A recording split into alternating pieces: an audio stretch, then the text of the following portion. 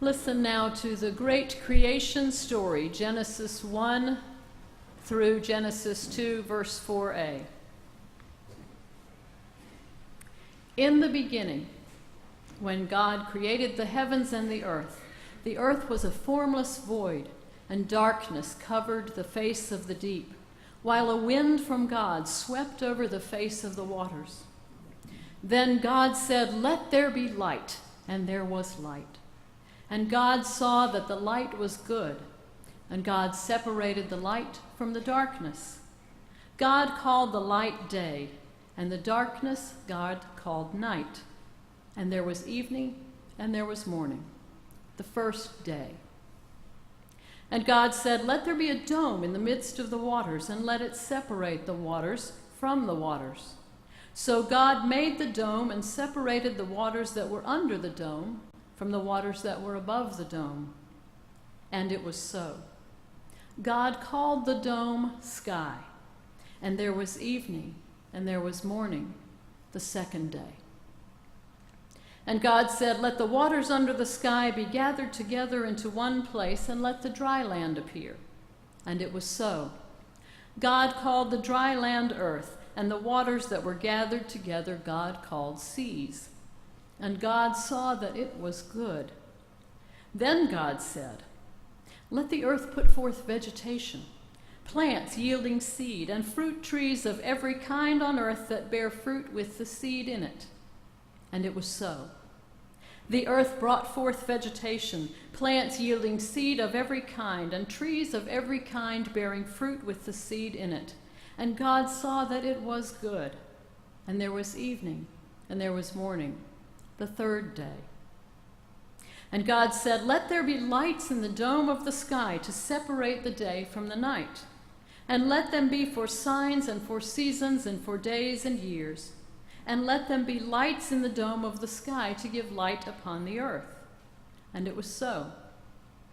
God made the two great lights, the greater light to rule the day and the lesser light to rule the night, and the stars.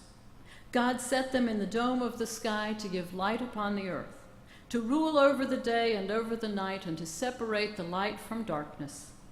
And God saw that it was good. And there was evening, and there was morning, the fourth day. And God said, "Let the waters bring forth swarms of living creatures, and let birds fly above the earth across the dome of the sky." So God created the great sea monsters and every living creature that moves, of every kind with which the waters swarm, and every winged bird of every kind. And God saw that it was good. God blessed them, saying, "Be fruitful and multiply, and fill the waters and the seas, and let birds multiply on the earth." And there was evening, and there was morning, the fifth day. And God said, "Let the earth bring forth living creatures of every kind, cattle and creeping things, and wild animals of the earth of every kind." And it was so. God made the wild animals of the earth of every kind, and the cattle of every kind, and everything that creeps upon the ground of every kind. And God saw that it was good. Then God said, "Let us make humankind in our own image, according to our likeness.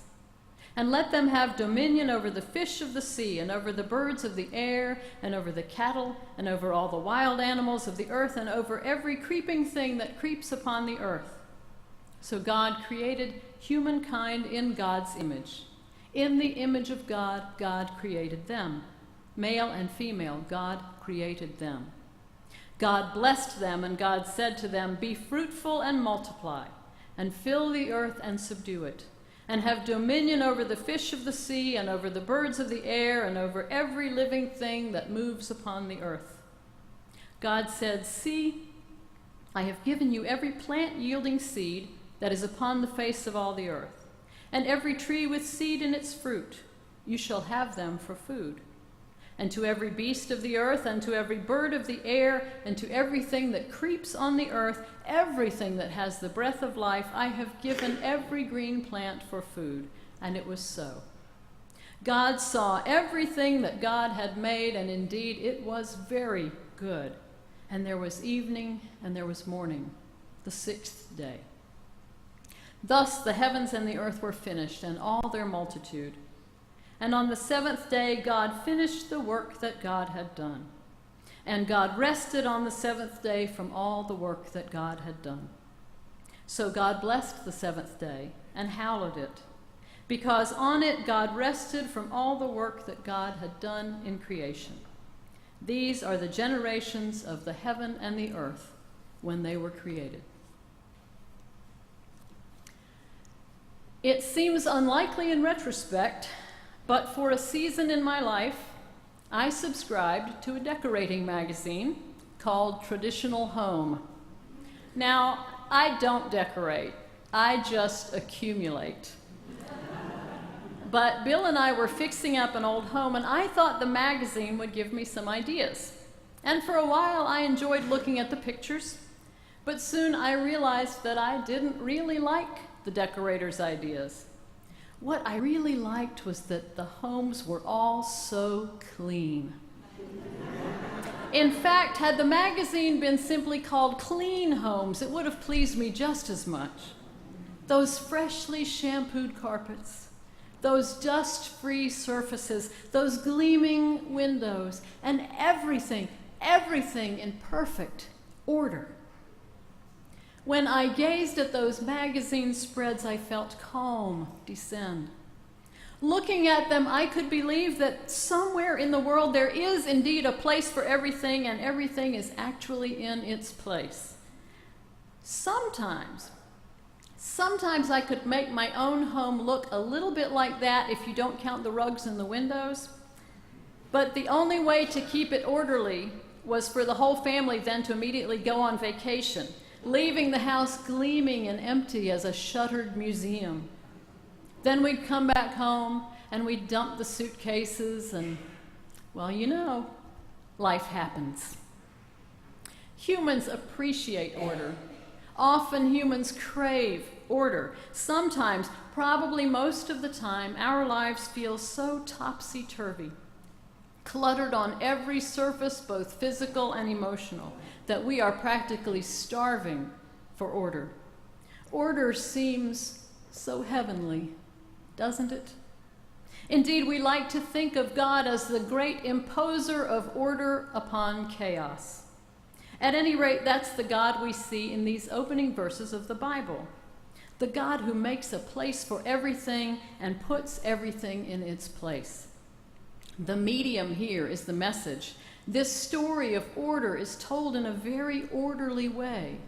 Those measured phrases, those soothing repetitions, let there be light, and there was light.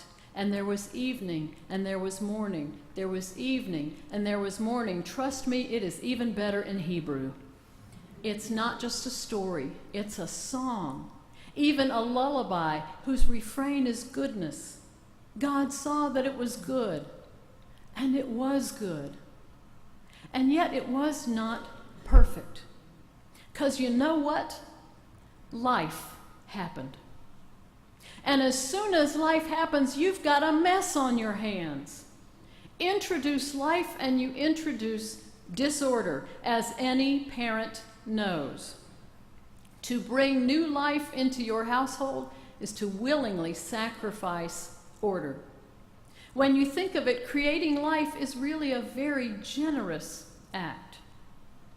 And the God revealed in this Genesis text is a God of supreme generosity. Nothing compelled that God to create a universe. God is perfect. God lacks nothing. God needs nothing. So God did not lack or need a world. The world exists solely because God is generous. And God did not stop being generous after creating a well-ordered framework of light and dark, earth and sky, seas and dry land. God went on generously creating, filling the frame until the earth swelled with vegetation and swarmed with all manner of life. And finally, God created the most disorderly species of all, which is somehow said to be made in God's image. Well, now there is a puzzle. What does that mean? Do we look like God? Or is there a quality or power that in some fractional form we may share with God? It does appear from the text that to be made in God's image gives us something the other creatures don't have. But what? Some of you will remember that about a year ago I preached a sermon on prepositions. Today I propose we move along to verbs. Specifically, the verbs in today's Genesis passage that describe the actions of God. Considering the length of the passage, which just now took me about 5 minutes to read to you, God doesn't do that many different things. There are only 11 different verbs for God, and 3 or 4 of them are used over and over. Perhaps it's those 3 or 4 that best describe the qualities and actions of God. Then, in order of frequency, this text describes a God who speaks, who creates or makes, and who sees. Well, what is so special about all those things? You could argue that animals are known to do them all. Gorillas have been taught to speak with sign language, and they do communicate with humans using those signs. Animals make all kinds of things. Look at an anthill, or a wasp's nest, or a beaver dam. And seeing? Some animals see way better than we do. A bald eagle several hundred feet in the air can look down and spot a fish in the water. But if you combine the speaking and the creating and the seeing in the context of how God speaks and creates and sees, you do get something distinctively different. You get speech that creates what is seen in the mind of God. God is able to see what has never existed, for example, light, and speak it into being. Could it be that we humans share just a little glimmering of this ability? Because with our mind's eye, we can see things no one has ever seen. And we can speak about what we imagine to another person. And then that spoken image hangs in the air between the two of us, something never seen, now created in the space between us. We speak worlds into being all the time. And every time we do, it is an act of generosity, because we are giving from our internal world to the external world. And when we give what's inside us to someone outside us, we also create relationship. Relationship is the space where life happens. When God spoke us into being, God spoke us into relationship with God. With God, we share the power to create relationship as an act of generosity. And when we create relationship, life happens. And then, so much for order. Here's the thing about all relationships. They are disorderly.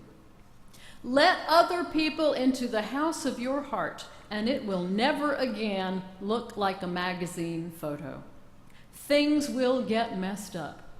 Some things will get broken. Vines will break through the windows and wind their way around your interior furnishings. Let life into your heart, and you will quickly discover life's insistence on living. I thought about this one day in the hardware store. I'm even worse at caring for houseplants than I am at decorating. So I was in the hardware store looking for a little miracle grow, and when I found one short shelf of fertilizers and 3 long shelves of herbicides, it seemed to me that it must be harder to stop life than to perpetuate it. The earth teems with life, and disorder is everywhere. Disorder is the sure sign that life is happening. Now, we do love order, and we do need order. It calms us. And starting with Genesis 1, there's plenty of biblical evidence that God created an orderly framework for our peace and pleasure. God separated light from dark and the waters above from the waters below, naming whatever had been created and setting lights into the dome of the sky to be for signs and for seasons and for days and for years, evening and morning, the orderly march of time, earth and sky, sea and dry land, a place for everything, and everything in its place. Indeed, it appears that even humans can create some order. God has confidence, or at least God has hope in our ability to subdue or cultivate the earth and have dominion or care over it. But sometimes when we feel like we finally have everything subdued, we're tempted to stop there. We are sometimes tempted to run from relationship. You know, I think most people, after having their hearts broken a few times, get this brilliant idea. If I don't have relationships, I will never get my heart broken. My life will be orderly. Early or late, we come to this conclusion when we are jaded by the dating game, or angry at a family member, or disappointed by a friendship. No more relationships for me. But it doesn't take long after making that resolution to discover that living in that kind of order is like living in a shuttered museum.